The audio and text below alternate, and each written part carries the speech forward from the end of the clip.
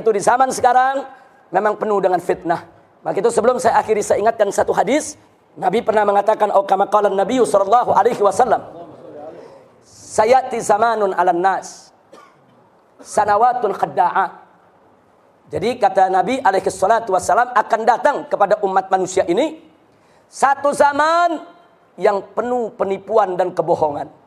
Sanawatul khadda'at, tahun-tahun kedustaan, tahun-tahun penipuan, tahun-tahun kebohongan.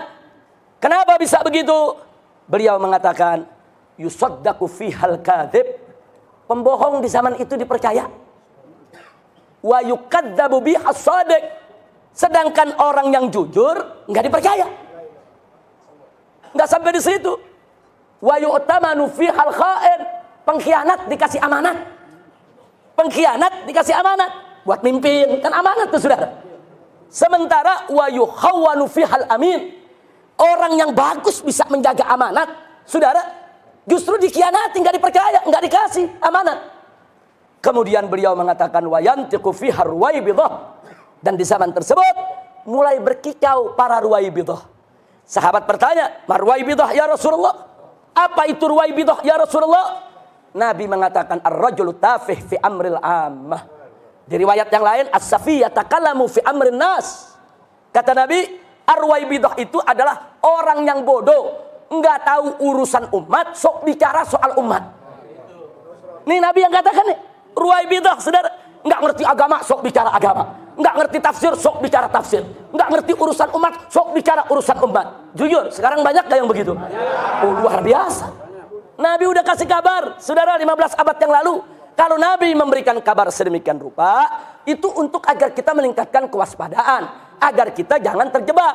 Dan tolong diingat, kalau Nabi sudah menyampaikan kabar begitu, ini bukan ramalan. Saya nggak setuju kalau ada mengatakan ini ramalan Nabi, nggak bisa. Nabi bukan tukang ramal. Oh, ada yang bilang ini analisa Nabi. Enggak, Nabi bukan seorang analis. Loh, kok ditolak? Yang namanya ramalan bisa benar, bisa salah. Yang namanya analisa bisa benar, bisa salah, saudara. Para profesor di perguruan tinggi hampir tiap hari melakukan analisa. Analisanya bisa benar, bisa salah. Ramalan juga bisa benar, bisa salah. Sedangkan yang Nabi sampaikan kepada kita mustahil salah. Enggak bakal salah. Wa ma yantiqu 'anil hawa in huwa illa wahyu yuha. Jadi kalau Nabi udah kasih berita nih nanti bakal begini nih, itu bukan ramalan, itu bukan analis, bukan. Itu adalah khabarun nabawi.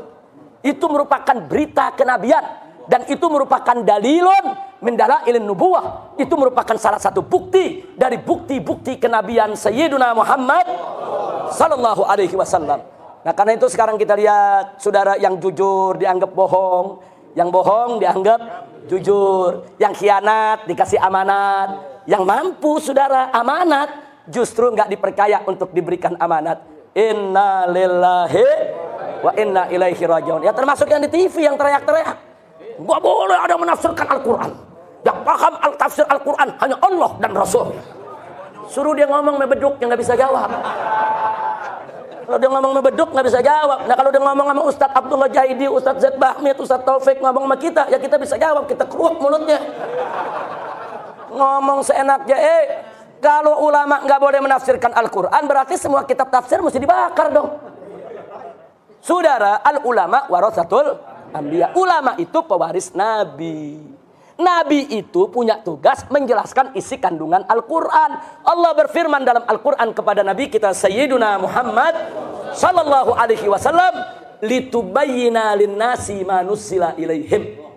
Tugasmu hai Nabi, tugasmu hai Muhammad, litubayyina, untuk kau jelaskan, linnas, kepada umat manusia, manuzzila ilaihim, apa yang diturunkan Allah kepada mereka. Artinya tugas pokok dan utama Nabi salah satunya adalah menjelaskan isi kandungan Al-Quran kepada umat manusia.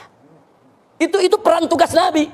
Nah sekarang Nabi sudah tidak ada. Siapa yang mengambil peran tersebut? Al-ulama. Karena al-ulama warasatul anbiya. Kewajiban ulama untuk menjelaskan isi kandungan Al-Quran, untuk menjelaskan isi kandungan hadis Nabi, untuk menjelaskan mana yang hak, mana yang batil, agar umat tidak tersesat.